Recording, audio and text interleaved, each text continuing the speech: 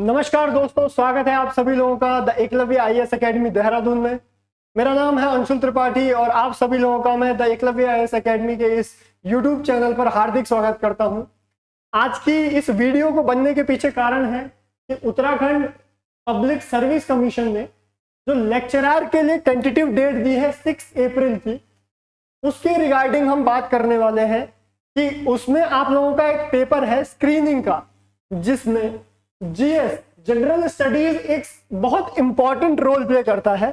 और जीएस में भी हिस्ट्री एक ऐसा सब्जेक्ट है, हम देखते हैं कि जीएस में काफी ज्यादा डोमिनेट करता है। 35 क्वेश्चन है हमारे पास लगभग जीएस के, और उसमें से भी 7 से 8 क्वेश्चन हम देखते हैं कि हिस्ट्री वाले पोर्शन से क्या डायरेक्टली टारगेट करते हैं। हिस्ट्री का पोर्शन जीएस में सबसे ज्यादा डोमिनेट करता है। ठीक है, तो बीते कुछ समय में हम ये देख रहे हैं कि आयोग ने अपना पैटर्न थोड़ा चेंज किया है। पहले हम देखते थे कि आयोग कंप्लीटली फैक्चुअल क्वेश्चंस को पूछता था, अब हम देख रहे हैं कि ट्रेंड थोड़ा चेंज हुआ है। अब ये थोड़ा कॉन्सेप्चुअल क्वेश्चन साथ में पूछने लगे हैं। सपोज जैसे हमारे पास 7 से 8 क्वेश्चन पूछे जाते हैं, तो 5 क्वेश्चन डायरेक्टली पूछे जाएंगे फैक्ट से और 2 से 3 क्वेश्चन कॉन्सेप्ट से पूछे जाएंगे। इसके पीछे कारण यह है कि आयोग जो भी कैंडिडेट है उनको टेस्ट करना चाहता है कि किसी भी टॉपिक के बारे में एनालिटिकल समझ कैंडिडेट के पास है या फिर नहीं है।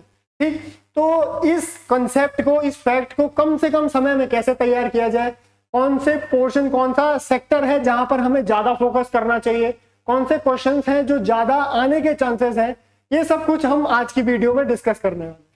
ठीक है, तो हम शुरू करते हैं। पहले हम हिस्ट्री को कैटेगराइज कितने भागों में करते हैं, कितने पोर्शन में हम हिस्ट्री को डिवाइड करते हैं। हम सभी लोग जानते हैं एंशिएंट, मिडिवल एंड मॉडर्न, प्राचीन भारत का इतिहास, मध्य भारत का इतिहास और आधुनिक भारत का इतिहास। लेकिन ये कालक्रम टाइम पीरियड के अकॉर्डिंग है।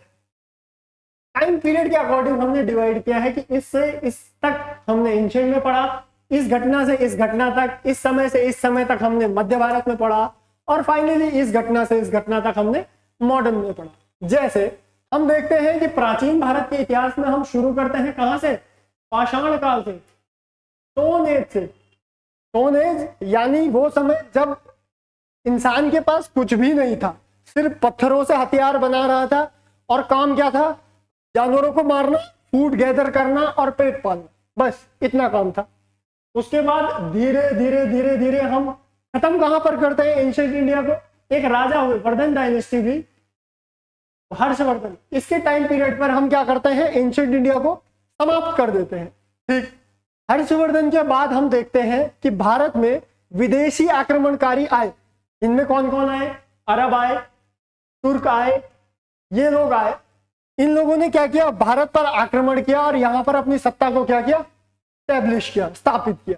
ठीक, तो इस टाइम पीरियड को पढ़ते हैं हम मिडिवल हिस्ट्री में। और इसके बाद सल्तनत बनी, सल्तनत के बाद मुगल आए।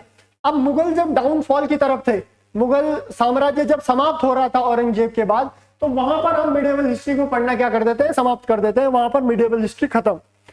उसके बाद हम देखते हैं कि भारत में यूरोपीय कंपनी आई, पुर्तगाली आए, फ्रेंच आए, डच आए, ब्रिटिश ईस्ट इंडिया कंपनी आई। ये सारी कंपनी जब आना शुरू होती है, वहां पर पढ़ना शुरू करते हैं हम किससे? Modern India. और सीधा स्वतंत्रता, जब हमें स्वतंत्रता मिल गई, वहां तक हम कहां पढ़ते हैं? मॉडर्न हिस्ट्री में पढ़ते हैं।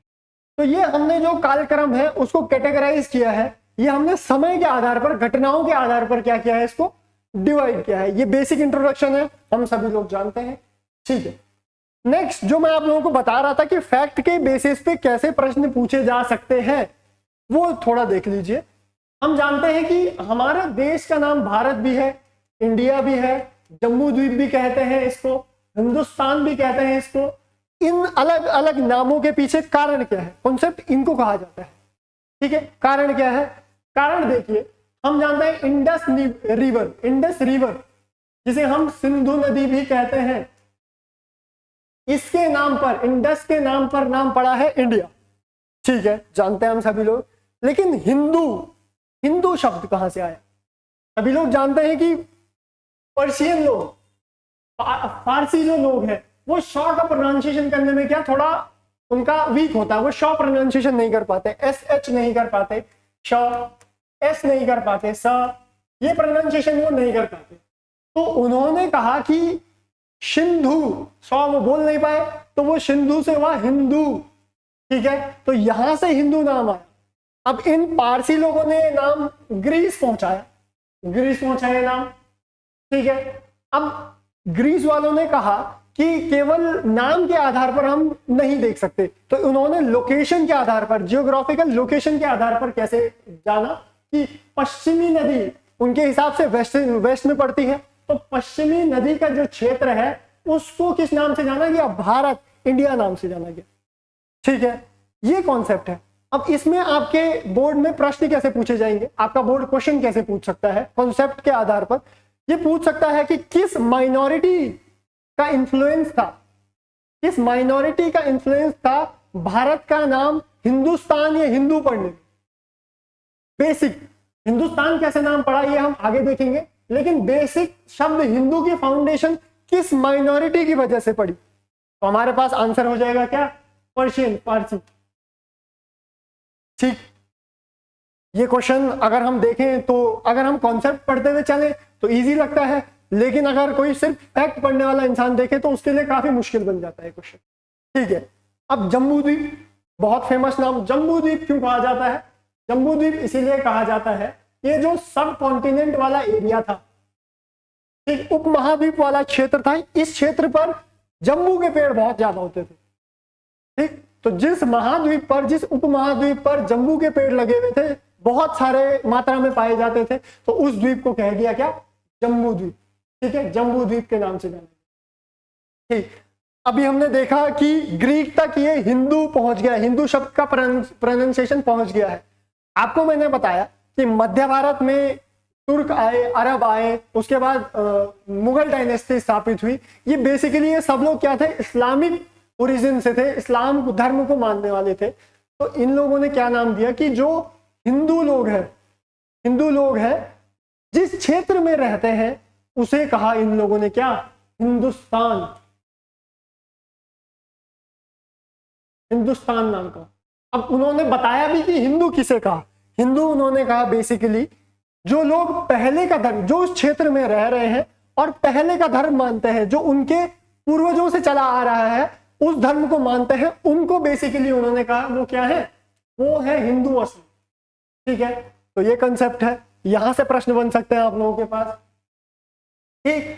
दूसरा, जब हम इतिहास को पढ़ते हैं, हम एक सभ्यता पढ़ते हैं, सिंधु घाटी की सभ्यता,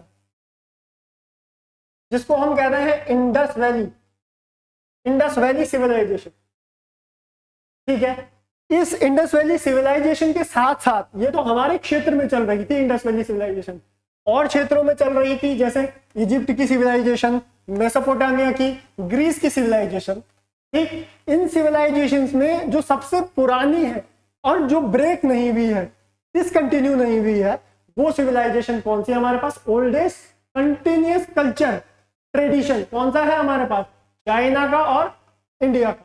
इस क्षेत्र में जो सिविलाइजेशन, जो सभ्यता चल रही थी, उसको इतिहासकारों ने सबसे प्राचीन और डिसकंटिन्यू, मतलब जो कंटिन्यू चली आ रही है, जो डिसकंटिन्यू नहीं हुई है, वो परंपरा, वो कल्चर माना है, ठीक है। तो ये कॉन्सेप्ट ओरिएंटेड बात है। अब कुछ फैक्ट, जिस क्षेत्र से फैक्ट पिक किए जाते हैं वो हम देखते हैं। जैसे हम इतिहास पढ़ते हैं, एंशिएंट हिस्ट्री से हम शुरू करते हैं, प्राचीन भारत के इतिहास से हम डेफिनेटली शुरू करेंगे। तो इतिहास हमें पता कैसे चला, हमें कैसे पता चला कि इतने साल पहले ये घटना हुई, इतने साल पहले ये चीज थे, ये लोग थे, इंसान इस तरीके से रहता था, हमें कैसे पता चला, ठीक। ऑब्वियस सी बात है, उस समय का कोई इंसान अभी तक तो बचा नहीं होगा। हमने क्या किया, हमने खुदाई की, हमने किया एक्सकेवेशन। अब एक्सकेवेशन किया, इन एक्सकेवेशन के आधार पर और कुछ चीजें हमें ऑटोमेटिकली मिली। जैसे देखिए, एक्सकेवेशन से हमें मिले कौन से सोर्सेस, आर्कियोलॉजिकल सोर्सेस, पुरातात्विक सोर्स, जो हमें, जैसे हमें जो इंस्क्रिप्शंस मिले, अभिलेख मिले, या फिर कहीं गुफाओं में कुछ फुर्चा हुआ था, कुछ लिखने की कोशिश की थी, कोई पेंटिंग बनाने की कोशिश की थी, उससे हमें इंफॉर्मेशन मिली। हमें सिक्के और पेंटिंग मिले हैं, गुफाओं में पेंटिंग मिली है, सिक्के मिले हैं, उससे हमें पता चलता है। और हमें कुछ मोहरें मिली है। मोहरें जैसे हम देखेंगे इंडस वैली सिविलाइजेशन, सिंधु घाटी की सभ्यता में पशुपतिनाथ की हमें सील देखने के लिए मिली, मोहर देखने के लिए मिली। उसमें हमने कुछ जानवर देखे, ठीक, कुछ जानवर देखे, तो उससे हमें कुछ अंदाजा लगा, कुछ पता चला कि उस समय का मानव अगर मानता होगा तो किन चीजों को मानता होगा। ठीक, अगर आपको किसी भी फोटो को, अब जैसे हम नोट पे देख ले, हम नोटों पे गांधी जी की फोटो है, तो सारे नोटों पे गांधी जी की फोटो है, तो गांधी जी को भारत में माना जाता है ना। तो वैसे ही प्राचीन भारत में भी हम ले सकते हैं कि बार बार कोई पिक्चर हमें कहीं देखने के लिए मिल रही है, इंस्क्रिप्शंस पे, सिक्कों पर देखने के लिए मिल रही है, तो हम ये अंदाजा लगा सकते हैं कि उस समय पर इस चीज को माना जा रहा होगा। ठीक है, तो ऐसे ही हमने पता लगाया है। साथ में हमें कुछ और स्रोत मिले हैं, लिटरेरी सोर्स, साहित्यिक सोर्स, कुछ किताबें मिल गई हमको, जैसे हमारे पास वेद है, उपनिषद है, पुराण है हमारे पास। इससे हमें पता चलता है कि एक सर्टेन टाइम पीरियड में लोग थे तो कैसे थे, कौन कौन सी प्रैक्टिस, कौन कौन से काम कर रहे थे। ठीक है, ये हमने देखा। और तीसरा और सबसे इंपॉर्टेंट है हमारे पास फॉरेन अकाउंट, विदेशी यात्री। अब अलग अलग समय पीरियड, समय के अनुसार, कालक्रमानुसार बाहर से बहुत सारे स्कॉलर्स यहाँ पर आए, विद्वान यहाँ पर आए, वो यहाँ पर रहे और उन्होंने यहाँ पर ऑब्जर्वेशन किया संस्कृति का, कला का, यहाँ के पॉलिटिकल एडमिनिस्ट्रेशन का, प्रशासनिक व्यवस्था का, जो राजा चला रहा था उसका ऑब्जर्वेशन किया और अपनी किताबों में लिखा, अपनी बुक्स में लिखा। तो वहां से हमें पता चलता है कि हमारा क्षेत्र उस समय पर कैसा रहा होगा। ठीक है, जिसका एक उदाहरण है, चाइना से स्कॉलर्स आए, अरब से स्कॉलर्स आए, ठीक है, यूनान से स्कॉलर्स आए हमारे पास। जैसे आप लोगों ने नाम सुना होगा, फाइयान का नाम सुना होगा, आप लोगों ने वेनसांग का नाम सुना होगा।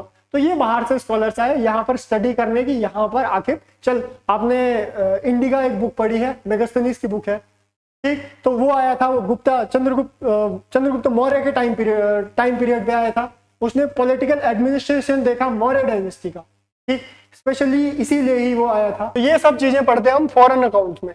ठीक है, लेकिन अब हमने इतिहास को अभी तक कैटेगराइज किया टाइम पीरियड के हिसाब से। ठीक, अब हम इतिहास को कैटेगराइज करेंगे किसके आधार पर? स्रोत के आधार पर। स्रोत जो हमारे पास सोर्सेज हैं, जो अभी हमने पढ़े, आर्कियोलॉजिकल सोर्सेज हैं, लिटरेरी सोर्सेज हैं, इसके हिसाब से हमने इतिहास को कैसे कैटेगराइज किया है ये हम देखेंगे। ठीक, तो हमने 3 भागों में कैटेगराइज किया है। पहला है हमारे पास प्री हिस्ट्री, जिसको हम प्राग ऐतिहासिक काल भी कहते हैं।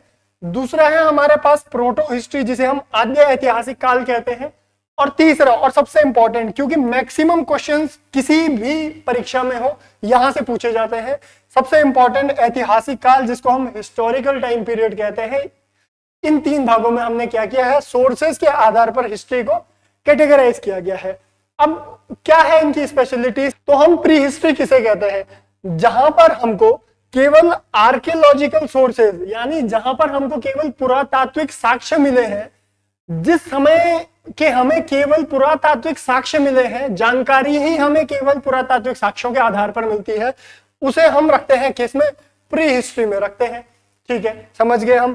प्रोटो हिस्ट्री, अब जहां पर हमें आर्कियोलॉजिकल सोर्सेज भी मिले हैं, हमको लिटरेरी सोर्सेज भी मिले हैं, ठीक है, दोनों सोर्सेज मिले हैं, लेकिन आर्कियोलॉजिकल सोर्सेज से हमें जानकारी प्राप्त होती है, लेकिन हम लिटरेरी सोर्सेज को पढ़ पाने में क्या नहीं है, समक्ष नहीं है। इसका उदाहरण हम आगे देखेंगे कि किस समय में हमें आर्कियोलॉजिकल सर्वे की रिपोर्ट है हमारे पास, आर्कियोलॉजिकल सोर्सेज है हमारे पास, लेकिन वहां पर जो टेक्स्ट लिखा हुआ है वो हम पढ़ नहीं पाए, उसकी स्क्रिप्ट हम पढ़ नहीं पाए हैं, वो लिपि हम पढ़ नहीं पाए हैं। ठीक है, तीसरा है हमारे पास ऐतिहासिक काल, जहां पर हमारे पास आर्कियोलॉजिकल सर्वे, ठीक है, आर्कियोलॉजिकल सोर्सेज है हमारे पास, लिटरेरी सोर्सेज भी है हमारे पास, फॉरेन अकाउंट्स भी आए थे और हमारे पास हैं। तीनों से हम क्रॉस चेक करके एक जगह पहुंच सकते हैं कि आखिर इस समय पर हुआ होगा तो यही सब कुछ हुआ होगा। ठीक है, एक चीज ने बताया, आर्कियोलॉजिकल, किसी चीज ने आर्कियोलॉजिकल सोर्स से कोई फैक्ट हमें पता चला, उसको कंफर्म किया लिटरेरी सोर्स ने, उसको फिर कंफर्म किया किसने? फॉरेन अकाउंट्स ने। तो इसीलिए हिस्टोरिकल टाइम पीरियड है, उसकी एक्यूरेसी क्या हमेशा ज्यादा मानी जाती है, और इसीलिए यही एक कारण भी है कि इस वाले सेक्टर से हमें काफी सारे प्रश्न देखने के लिए मिलते हैं। अब इनका हम एग्जाम्पल देखेंगे। क्या? पहला, यहां पर देखो लिटरेरी सोर्स है नहीं हमारे पास, कोई साक्ष्य नहीं मिलता है, केवल टूल्स मिले हैं। एग्जाम्पल है हमारे पास पाषाण काल, स्टोन एज, ठीक है। स्टोन एज में जैसा मैंने आप लोगों को बताया कि अभी जो मानव है केवल पत्थरों पर डिपेंड है, उसका काम केवल है कि पेट भर जाए। उस पेट को भरने के लिए उसने पत्थरों को तराशना सीखा, शिकार करना सीखा, उसका काम है अभी सिर्फ फूड गैदर करना। ठीक, तो इसकी जानकारी हमने कहाँ रखा है, इसको प्री हिस्ट्री में रखा है। ठीक, केवल हमारे पास आर्कियोलॉजिकल सोर्स है, लिटरेरी सोर्स नहीं है। दूसरा, प्रोटो में हमने क्या रखा है, सिंधु घाटी की सभ्यता को, इंडस वैली सिविलाइजेशन को। कारण क्योंकि हमारे पास आर्कियोलॉजिकल सोर्सेज हैं, लिटरेरी सोर्सेज भी हैं हमारे पास। अब लिटरेरी सोर्सेज से आप ये अनुमान ना लगाएं कि हमारे पास जैसे बुक आज हम देखते हैं वैसे है, नहीं। हमारे पास पहले कुछ भोजपत्र उन पर लिखा होता था, कुछ इंस्क्रिप्शन है जो खुरचे हुए हैं उस समय के मानव ने, कुछ चीजें हैं जो उन्होंने दीवार पर केव की पेंटिंग की है, उस तरीके से कुछ चीजें हमारे पास प्रॉपर स्क्रिप्ट वे में भी है, ये सब चीजें भी हमारे पास। तो हमें आर्कियोलॉजिकल भी है, स्क्रिप्ट भी हमारे पास, लिटरेचर भी हमारे पास। लेकिन आर्कियोलॉजिकल सोर्सेज से हमें किसी चीज का पता चलता है, स्क्रिप्ट हम पढ़ ही नहीं पाए, लिटरेरी सोर्स हम पढ़ ही नहीं पाए हैं, तो एक्यूरेसी हम क्रॉस चेक नहीं कर पाए यहाँ पर। ठीक है, तो हमें अगर प्रश्न ये बनता है कि आर्कियोलॉजिकल सोर्सेज हमें किस किस, देखो देखा जाए तो आर्कियोलॉजिकल सोर्सेज हमें यहां पर भी मिले हैं, यहां पर भी मिले हैं, यहां पर भी मिले हैं, लेकिन आर्कियोलॉजिकल सोर्सेज की वैल्यू यहां पर और यहां पर बहुत ज्यादा है। क्यों? क्योंकि यहां पर हमारे पास कोई दूसरा सोर्स ही नहीं है, और यहां पर हमारे पास दूसरा सोर्स है लेकिन हम उसको पढ़ने में सक्षम ही नहीं है। तीसरा और सबसे इंपॉर्टेंट हिस्टोरिकल टाइम पीरियड, इसमें आता है वैदिक पीरियड, और इससे आगे जो कुछ भी हम पढ़ते हैं। ठीक, वैदिक पीरियड में हम जानते हैं हमें आर्कियोलॉजिकल सोर्स भी मिला है, ठीक है, बिल्कुल मिला है। हमको लिटरेचर भी मिला है, लिटरेचर, वेद, पुराण, उपनिषद, ये सब कुछ मिला है, हमें टेक्स्ट मिला है, और फॉरेन अकाउंट्स भी आए हैं। आप लोगों ने देखा होगा, जैसे मैंने आप लोगों को बताया कि फाइयान आया था, वेंसांग आया था, अलग अलग टाइम पीरियड में आए, उन्होंने बुक लिखी, अपने जीवन यात्रा वृतांत भी लिखा, कुछ लोगों ने अपनी जीवनी लिखी, उसमें इस क्षेत्र, जिस क्षेत्र में हम रह रहे हैं वहां का वर्णन किया, और हमें इसके बारे में पता चलता है। जैसे एक एग्जाम्पल है हमारे पास इंडिका, एक किताब का नाम है, मेगास्थनीज की बुक है, जो मौर्य डायनेस्टी में आया था। ठीक है, उसने यहां पर पॉलिटिकल एडमिनिस्ट्रेशन के लिए बुक लिखी, यहां पर देख के, तो हमें उस समय के पॉलिटिकल एडमिनिस्ट्रेशन का पता इस बुक से चलता है। ठीक है, तो वो फॉरेन अकाउंट्स है, और हमें यहां पर क्रॉस चेक होता है हमारे आर्कियोलॉजिकल सोर्स से, हमारे लिटरेचर सोर्स से। ठीक है, तो आज की हिस्ट्री की क्लास, जो इंट्रोडक्शन क्लास थी, इसको हम यहीं तक रखते हैं।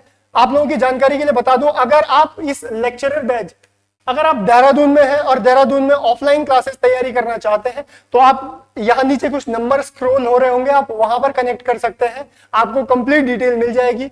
साथ ही साथ अगर कोई है, जो कोई स्टूडेंट है जो काफी दूर से देख रहे हैं, जो देहरादून में नहीं है, जो चाहते हैं कि ये क्लासेस ऑनलाइन मोड में हो, तो ये ऑनलाइन मोड में भी फैसिलिटी है। हमारे इंस्टीट्यूट का ऐप है द एकलव्य आईएएस का, वहां पर ये जो क्लासेस हैं ये ऑनलाइन मोड में कंडक्ट की जाएंगी।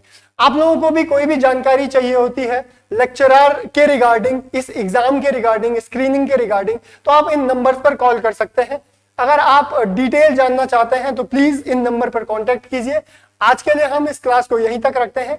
धन्यवाद।